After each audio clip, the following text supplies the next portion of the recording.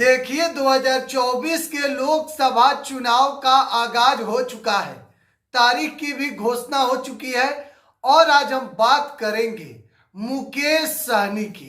मुजफ्फरपुर से महागठबंधन से मुकेश सहनी चुनावी मैदान में उतर सकते हैं, लेकिन अब बीजेपी ने मुकेश सहनी अगर चुनावी मैदान में आते हैं तो उनकी टक्कर बीजेपी के उम्मीदवार राजभूषण निषाद से होगा।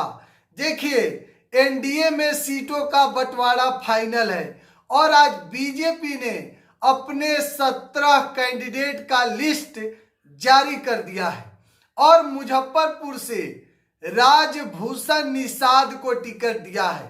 और अगर मुकेश सहनी महागठबंधन अगर मुजफ्फरपुर से मुकेश सहनी को टिकट देती है तो फिर लड़ाई जो है वह Rajbhushan Nishad versus son of Mallah Mukesh Sahani के बीच का होगा। देखिए 2024 के चुनाव को लेकर पूरी तैयारियां शुरू हो गई है। महागठबंधन में सीट शेयरिंग को लेकर अभी मामला फंसा हुआ है, क्योंकि मुकेश सहनी अभी तक क्लियर नहीं किए हैं। एनडीए के साथ तो नहीं जाएंगे मुकेश सहनी, यह बात अब क्लियर हो गया है, लेकिन महागठबंधन के साथ अगर सहनी आते हैं तो अभी तक औपचारिक ऐलान नहीं किए हैं मुकेश सहनी कि हम महागठबंधन के साथ मिलकर चुनाव लड़ेंगे। लेकिन महागठबंधन के साथ कहा जा रहा है, क्योंकि अब एनडीए के साथ नहीं गए तो महागठबंधन बचा है जिसके साथ मुकेश सहनी जा सकते हैं। और मुकेश सहनी जो सन ऑफ मल्लाह के नाम से जाने जाते हैं, वह अगर मुजफ्फरपुर से आते हैं, जो सीट मांग भी रहे हैं मुकेश सहनी, तो उनकी लड़ाई बीजेपी के कैंडिडेट राजभूषण निषाद से होगा।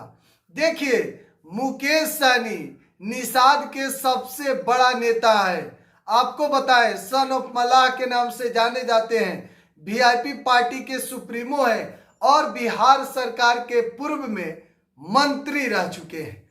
अब बिहार के सियासत में मुकेश सहनी की चर्चा इसलिए तेज है क्योंकि आप समझिए, अगर जातीय जनगणना रिपोर्ट के अनुसार यादव की सबसे ज्यादा संख्या है, 1 नंबर पर है, और दूसरे नंबर पर अगर किसी का संख्या है तो वह निषाद समाज है। और मुकेश सहनी निषाद समाज के लगभग इकलौता नेता कहे जाते हैं।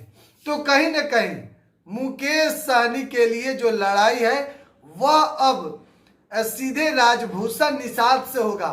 अगर आरजेडी यानी कि महागठबंधन अगर सीट देती है मुजफ्फरपुर से मुकेश सहनी को तो, लेकिन फिलहाल अभी आरजेडी के सीटों का बंटवारा अभी नहीं हुआ है। महागठबंधन को लेकर सीट शेयरिंग पर मामला फंसा हुआ है। मुकेश सहनी का इंतजार हो रहा है कि मुकेश सहनी जितना जल्दी फैसला ले ले उतना राह आसान होगा।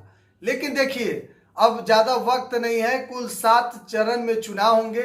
पहले चरण के नामांकन की प्रक्रिया भी शुरू हो गई है, तो कहीं ना कहीं अब पूरा माहौल जो है वह अब 2024 के लोकसभा चुनाव का हो गया है। 40 लोकसभा सीट वाला बिहार इंतजार कर रहा है कि आखिर मुकेश सहनी कब फैसला लेंगे। बहरहाल आज के खबर में इतना ही। बिहार 100 आप देख रहे हैं। बहुत बहुत धन्यवाद।